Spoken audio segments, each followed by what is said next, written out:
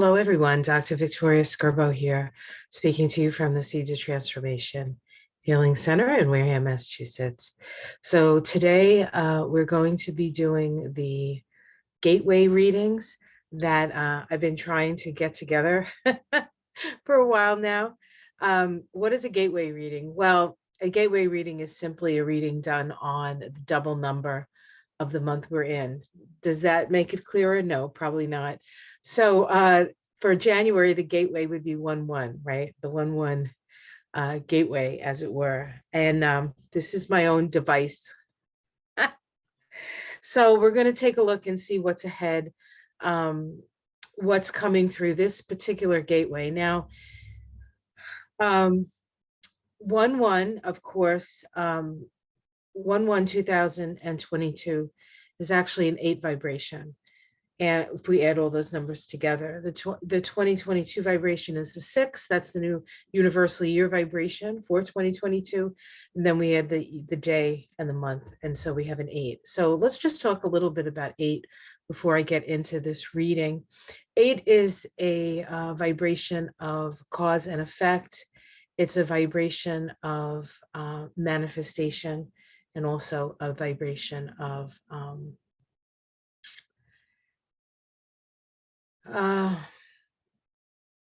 building on the material plane. In fact, let's see what Jean says about 8.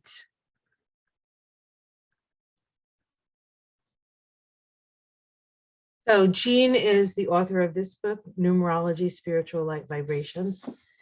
And Jean says, this vibration needs to unify with the universal God source so that the energy and abilities can be used in balance on the material plane. As you sow, so shall you reap. You will receive exactly in proportion to what you have given. You have the power and the ability to take authority, to channel your energies in the material plane. You can manage and organize the books. You must balance, and the books must balance in some useful pattern. The 8 vibration has a strong sense of responsibility and dependability. 8 seeks to give tangible reality to spiritual dreams and visions. In the material world, you have good business sense, and if you balance the energies of giving and receiving, you can be successful in all business ventures. Achievements, goals, self-confidence, and attainment of status and recognition are some needs of this energy. You need to weigh and balance with wisdom and without prejudice. Then you can provide the order, knowledge, and supervision of others for the task that needs to be accomplished. You do not like subordinate positions and seek authority and power to work out your plan. There is outstanding ability to direct and lead others that will take courage, inner strength, convictions, and the use of your executive abilities. 8 must always remember to unify with the spiritual plan and to go to higher guidance for direction and insights. So this is a very, very powerful vibration. And of course, if you look at the 8, it's actually the infinity sign up, the infinity sign is like this, 8 is like this. And this direction is the direction of spirit. And so we do need that guidance. Okay, so let's take a look and see what the cards have to say. And because 8 is such a powerful and serious number, I'm using the Thoth deck today.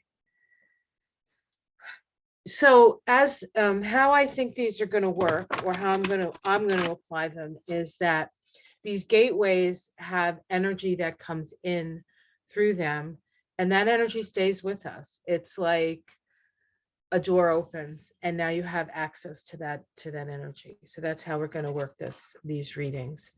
So let's see, what needs to come through for us, what realizations, what understanding is coming through the 1-1 portal on January 1st.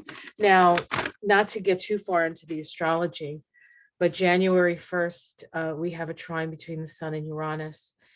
And Uranus, of course, is in Taurus and the Sun is in Capricorn. So it's Earth. So it's Earth changes and quick perhaps sudden, but there's an ease to the change where sometimes the change is like, this one is more like there's an ease to the change because of the China. And then the next day, we have a new moon in Capricorn. So it really is. And Capricorn in its way is kind of that 8 energy. It is managerial in its nature, really. Okay. How to best utilize the energies to build something that lasts, that stands the test of time. Because the ruling planet of Capricorn is Saturn, and Saturn is the timekeeper. So we start with the 9 of Swords here, cruelty. This is a difficult card. In some decks, it's anxiety. This is actually Mars in, I think it's Gemini. Yes, Mars in Gemini. The interesting thing about Mars in Gemini is that at the end of this 2022, Mars is going to be going retrograde in Gemini. Okay, so we start with cruelty. What's crossing that? We have the 7 of Swords, futility. Futility. It's futile to be cruel. What does cruelty get us? And we have underneath it all, we have the sun. So perhaps we are being illuminated to the fact that being cruel to one another is futile. That would be nice, right? Let's continue. Let's see what else comes up. And we have, in the past, we have the 5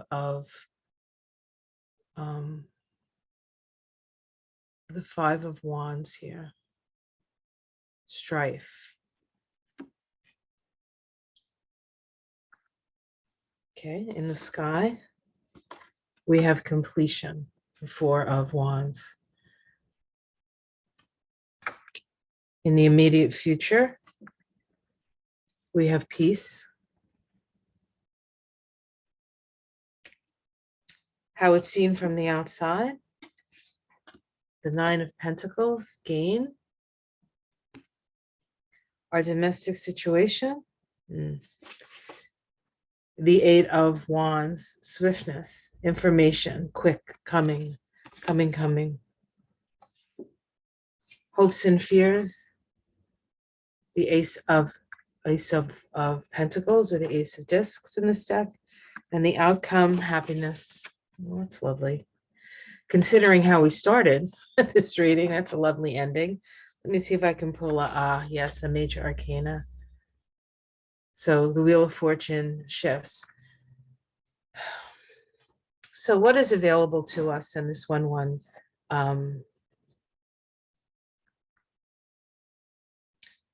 In this 1-1 portal?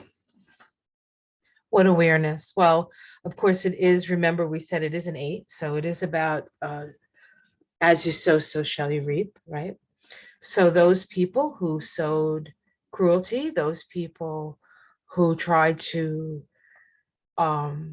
destroy through actions, Mars in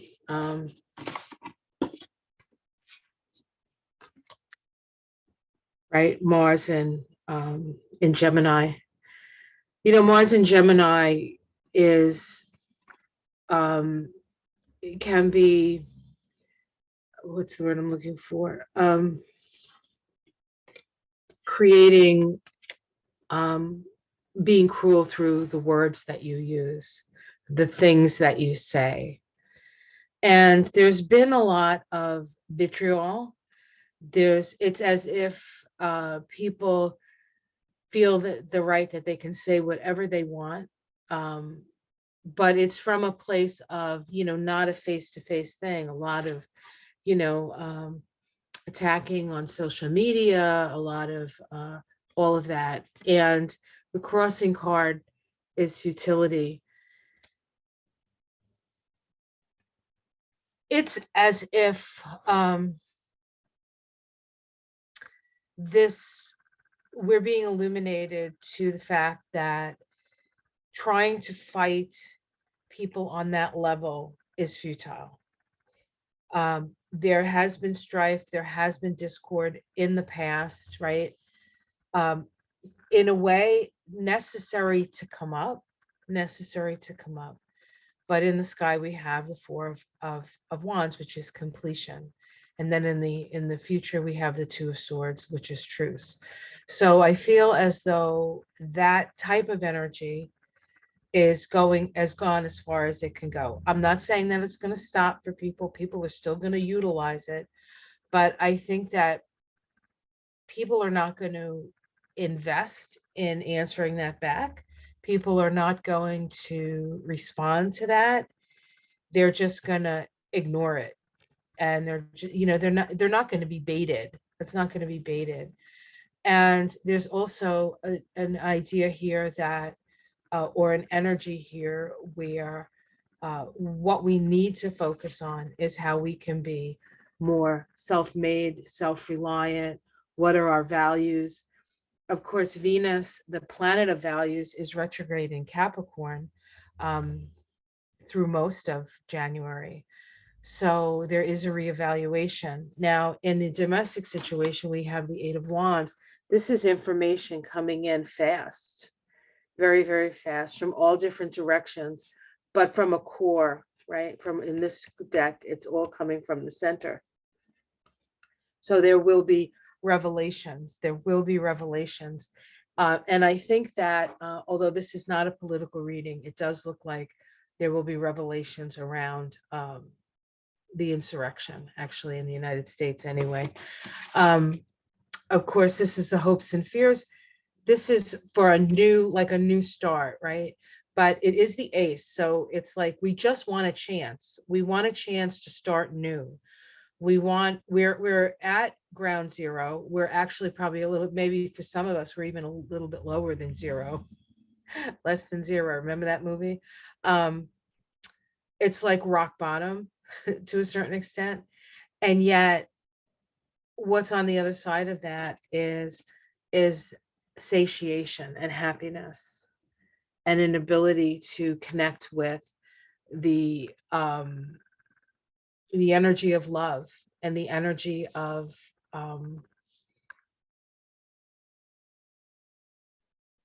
wishing for better things and better days, right? And then we have the Wheel of Fortune, which in itself is a 1 vibration. It's a 10-1 vibration. And so there is a change. Now, the Wheel of Fortune is associated with the planet Jupiter, and Jupiter on the 28th of December, 2021, moved back into Pisces. And Jupiter in Pisces is a healing vibration. It gives us access to higher spiritual forces. And so this is a time when we are going to come to understand, I believe, that we are protected and that healing is available. We need to get out of our heads and get out of our minds to a certain extent. I mean, people have lost their minds, right? Which in a way is a good thing, because when you lose your mind, you have an opportunity to open your heart. You're not talking yourself out of stuff necessarily. I guess that could go in a negative sense as well, but in the sense of thinking that thinking is going to heal things, when it's truly love and compassion that heals things. And with Jupiter in Pisces, we'll have that opportunity. Let's pick one more card, and I want to pick an oracle. So let me find my oracle.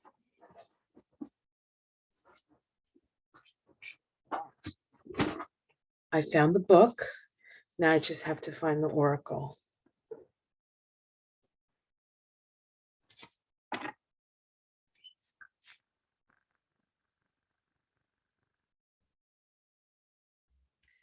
Okay, I'm back. I found my cards. Oh, goodness gracious. Looks like I went through the mill, didn't it? Well, I did have a patient that I had to see. So it's been a little while. All right. Let's pull some oracle cards for the 1/1 portal, 1/1/2022 portal. What energy is coming in for us in January to help us to navigate 2022?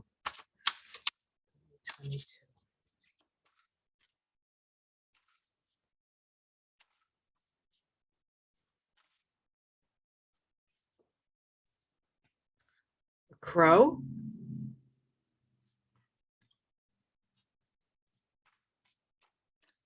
First, crows are omens. They're symbolic of magic and warnings. They give us messages. They're very intelligent. They're very social, and they work together. Perhaps that's what Crow has to teach us. I'm going to pick 3 cards. Taming the Wind. Taming the Wind.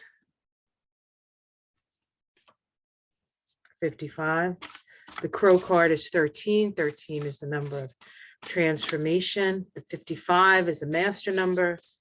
It's about focus, focused intention. It's called Taming the Winds. The 55-1 in the tarot is the Ace of Swords. So I feel like there's justice coming. There's messages working together. The Sword of Justice.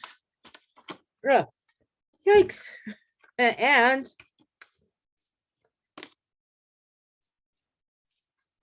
the Curse. 14. 14 is the Temperance card in the tarot, associated with spiritual initiation, alchemy, and healing. Okay, I am going to utilize the book. This is a great deck, so there's no point in reinventing the wheel here. Okay.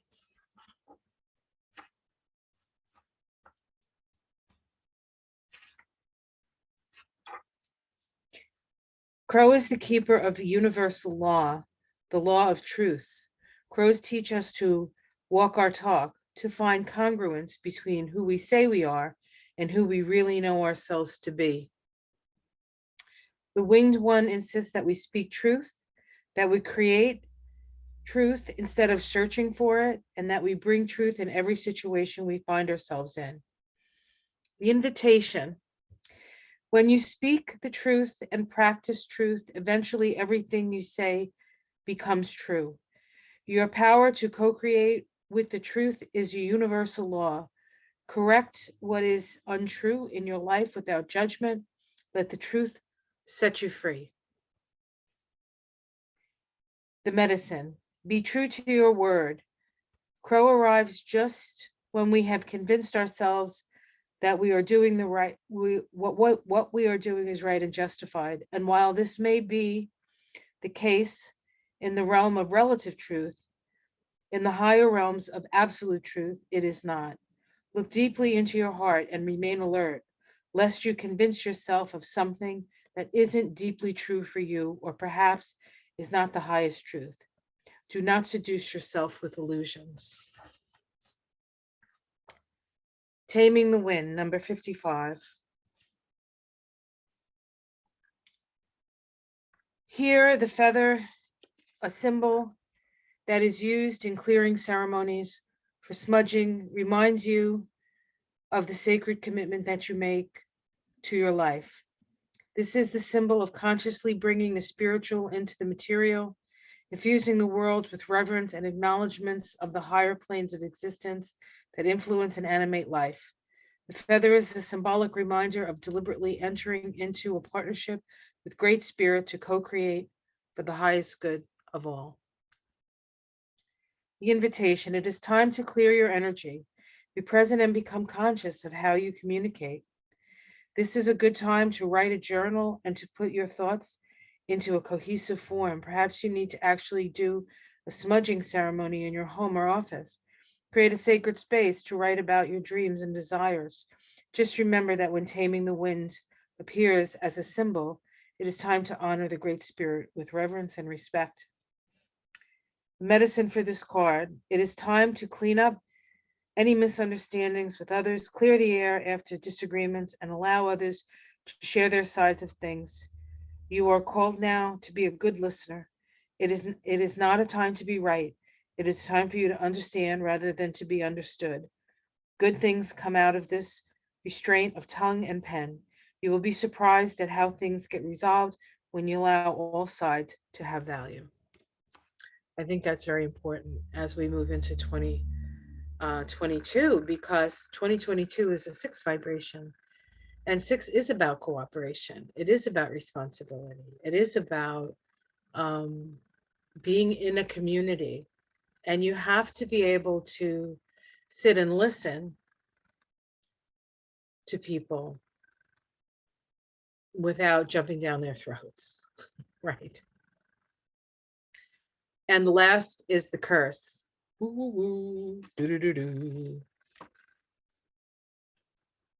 Says the curse refers to the limiting stories of our ancestors and the karma from former lifetimes that preordains that the events in our lives.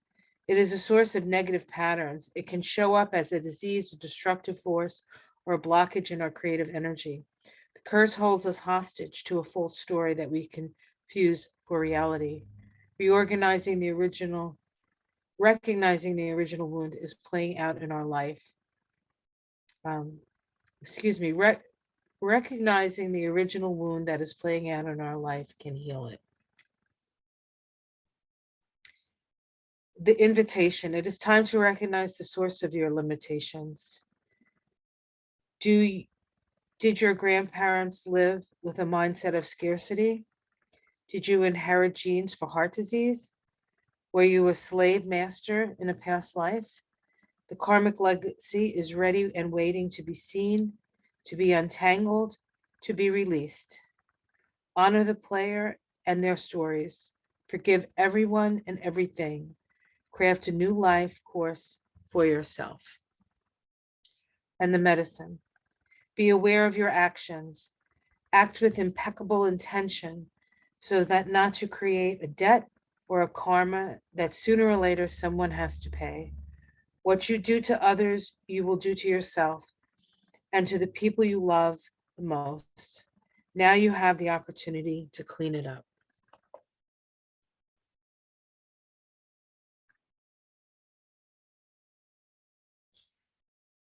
It is time for peace. It is time to come to a truce. Stop, get out of your head, and move into your heart. I feel that's part of the message. So hopefully you find this gateway reading helpful. I'll be doing it on February 2nd, March 3rd, April 4th, May 5th, June 6th, July 7th, August 8th, September 9th, October 10th, November 11th, and the 12th of December.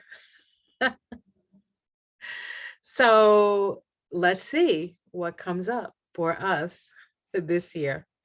All right, guys, have yourself a wonderful January. And I will see you again February 2nd for the next gateway reading. Take care, everyone. Much love.